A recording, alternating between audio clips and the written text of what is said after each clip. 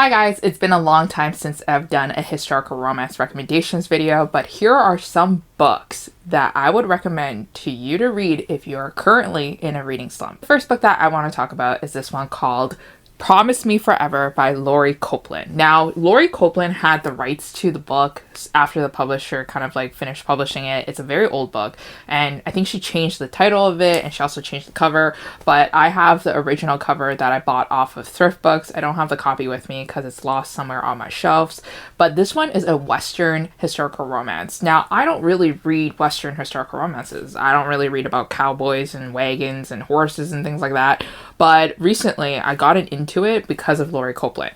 This book involves three sisters, so there's three different books. This is the last book in the trilogy, but I feel like you can read the books out of order because that's what I did, and I completely understood the story. So these three sisters are criminals, and they dress up as nuns, and they are running away from the police in a wagon, and the wagon crashes, and then these three men are there when the wagon crashes, and they're like, okay, we gotta save these girls. So they decide to take one girl each, and then they split, and they go in their different ways. So this one follows our youngest sister, who is wild, she's free, she's young, she's living life.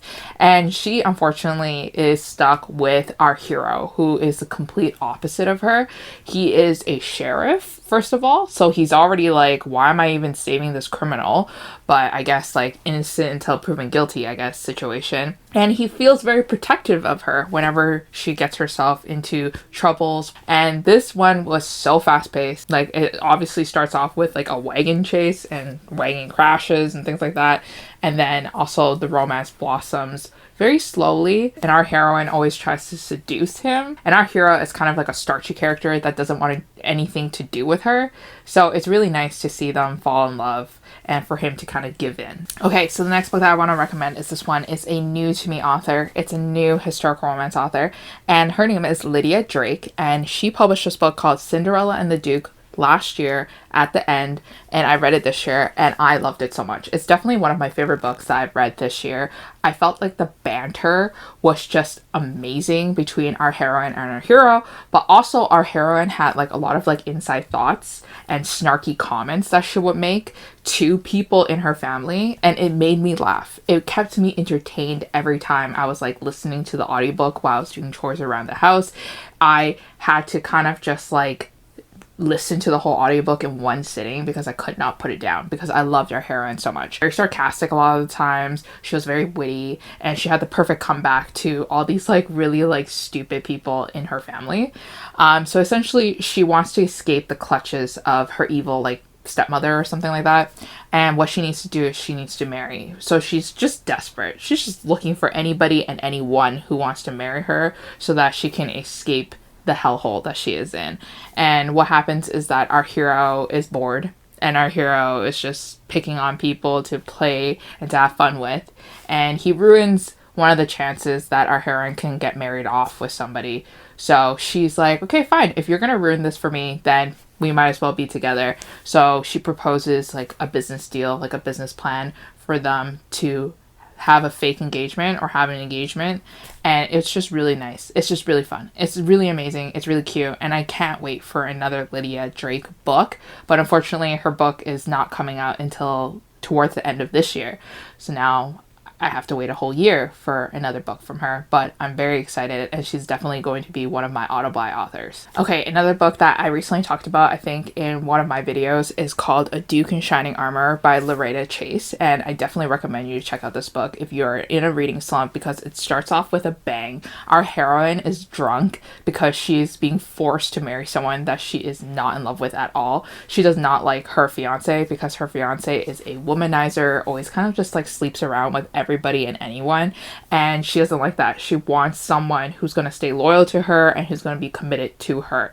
So she is getting drunk out of her mind, trying to think of plans to escape this wedding, and in walks her fiance's best friend, and he is like trying to make sure that she's okay the day before the wedding, but she's clearly not because she's intoxicated, and she now has jumped out of a window, and now he has to follow her and try to persuade her to come back to the original place where they're supposed to have this wedding.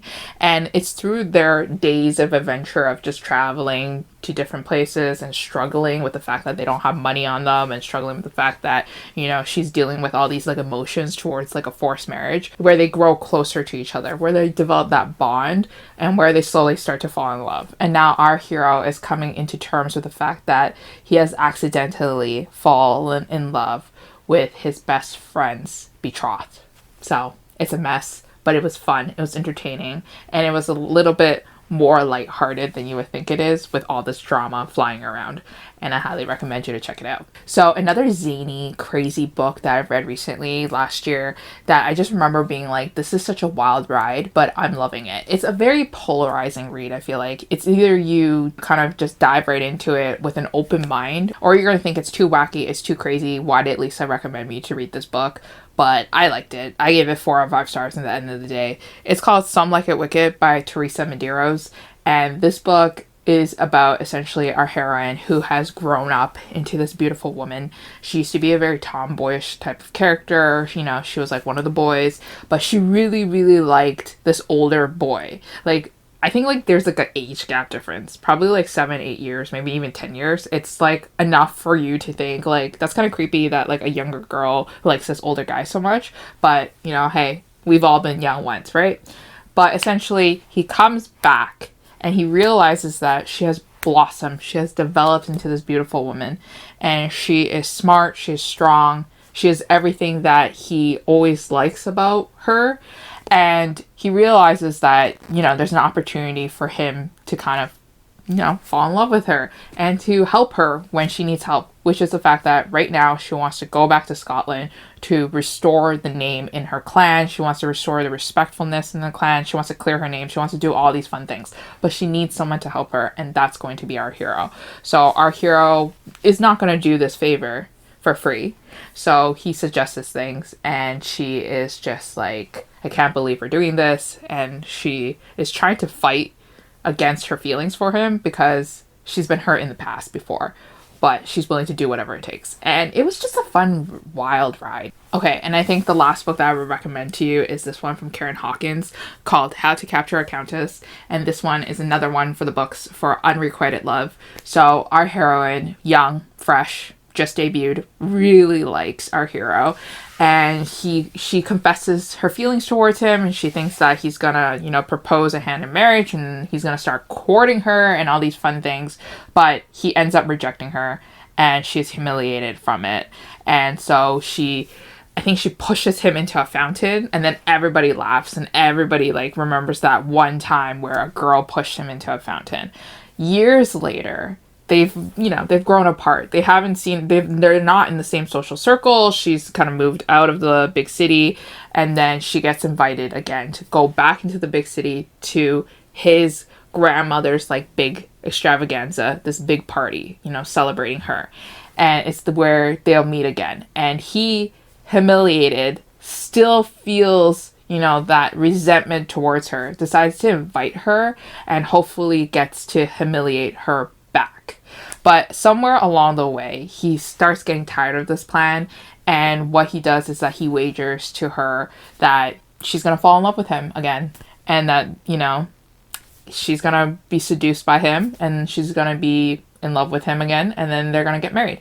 So it was this like fun little story involving like rivalry, and involved a lot of pranks, and involved a lot of funny banter between our two characters, and it also showed like a vulnerable side to our heroine who was once, you know, hurt by him too as well. But anyways, that is it for all the historical romance books that I would recommend to you if you're in a reading slump. Hopefully you can get out of it soon, and if you're not in a reading slump, these are the books that you need to add to your TBR right away. I'll see you guys again next time in a new video. Bye.